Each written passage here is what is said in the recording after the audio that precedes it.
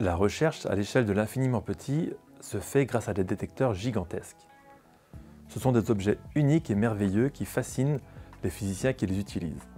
L'exposition aux frontières de l'intensité a été créée par des physiciens du groupe de recherche Intensity Frontier, qui est un groupe de recherche de l'Institut de physique nucléaire et de physique des particules du CNRS.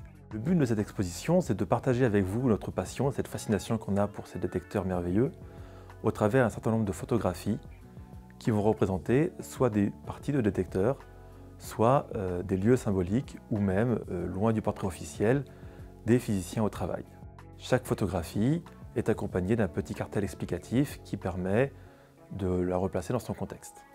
Le modèle standard de la physique des particules décrit dans un cadre unifié les interactions des particules élémentaires, que sont par exemple l'électron ou les quarks. Ce modèle a été bâti depuis les années 50 grâce aux accélérateurs de particules. Le principe est assez simple, on accélère des particules en leur donnant beaucoup d'énergie et on les fait se rencontrer. Selon la relation E égale mc2, cette énergie peut se transformer en masse et donc ces collisions peuvent donner naissance à de nouvelles particules que l'on peut donc étudier. C'est de cette façon que de nombreuses nouvelles particules ont été découvertes.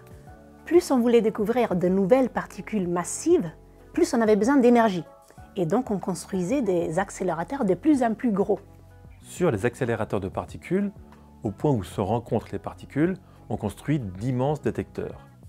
En fait, ils ressemblent un petit peu à des gros cylindres qui entourent le tube à vide dans lequel circulent les particules. Ces détecteurs fonctionnent en couches, chaque couche ayant un rôle différent. Ça peut être mesurer les positions, les trajectoires, l'énergie, identifier les particules, etc. En réalité, chaque sous-détecteur est constitué de milliers de petites zones de détection identiques et qui sont toutes d'une technologie incroyable, extrêmement poussée. Et c'est cette répétition qui va faire la beauté des détecteurs. Lors de l'exposition, vous aurez l'occasion de pouvoir voir une maquette du détecteur CMS. C'est un des détecteurs qui a permis la découverte du boson de Higgs en 2012 au CERN.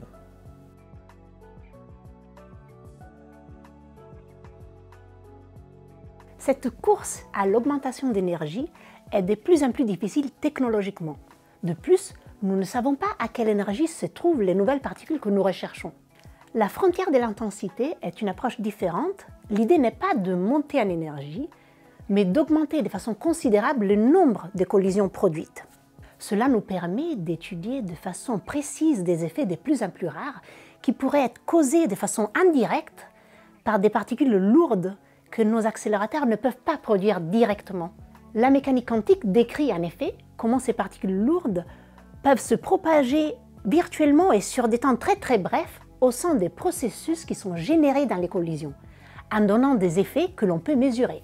Cette photo montre le détecteur Belle 2 au Japon, prêt pour être installé au point de collision de l'accélérateur Super-Keck B. Super-Keck B accélère des électrons et des positrons et Belle 2 va étudier les produits de ces collisions pour chercher des effets indirects de nouvelles particules.